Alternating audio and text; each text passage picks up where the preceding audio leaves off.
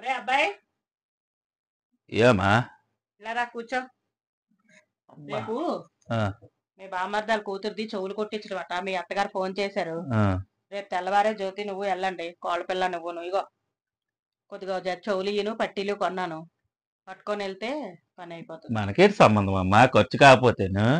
ఒరే, మీ బామ్మర్ది పెళ్ళం పెళ్ళైన దగ్గర నుంచి నీకు ర్యాకీ అది కడుతుంది. అన్నయ్య అన్నయ్య అని అంత ఆప్యాయంగా పిలుస్తుంది. ఆ పిల్లకి చెవులు కుట్టిస్తే ఏమవుతుందిరా? ఆ పిల్లకి అసలే అన్నదమ్ములు లేరు. మీ ఆవిడేమో మేనత్త మేనత్త మొగుడు వేట్ అవుతావురా నువ్వు? మేనమామ అవుతావు. చక్కగా నీ ఒళ్ళో కూర్చోబెట్టుకొని చెవులు అయ్యి కుట్టించు. పద్ధతిగా ఉంటది. అంతేగాని ఖర్చట చిన్నపిల్లకి పెట్టి దాన్ని ఖర్చులు చూసుకుంటారేటి? కోళ్ళ పిల్ల ఇలారా. అత్తయ్య గారు. ఇగో రేపు మీ తమ్ముడాల అమ్మాయిది చెవులు కుట్టించడం ఉంది కదా, పట్టీలు చెవులు ఇయ్యి కొన్నాను. రేపు తెల్లవారే మా అబ్బాయి నువ్వు బయలుదేరి వెళ్ళండి. ఎప్పుడు కొన్నారు అత్తయ్య గారు? షాప్కి వెళ్ళి మీకు ఇంక ఖాళీ ఉండదని నేను వెళ్ళి వచ్చేసాను. గానీ శుభ్రంగా రేపు ఉదయం ఇద్దరు సరదాగా వెళ్ళి సాయంత్రం వరకు ఉండి రండి. ఆడావిడికి వచ్చేకండి. సరే అత్తయ్య గారు.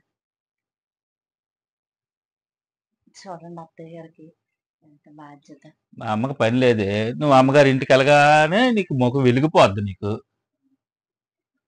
మరి ఎలాగదేటండి చూడండి, మనకు ఆ ఐడియా లేకపోయినా ఆవిడ చక్కగా దానికి ఎందుకు ఉండదా? మా అమ్మకి 100 రూపాయలు అడిగితే మటుకు 100 సార్లు అడిగించుకుంటది. నా దగ్గర ఎక్కడవి ఇలాంటివన్నీ చేస్తది.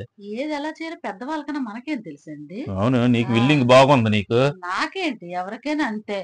ఊరికి అత్తయ్య గారి మీద ఇది అయిపోతూ ఉంటారు. రేపు పెట్రోల్ డబ్బులు అడుగు, నా దగ్గర లేవు డబ్బులు.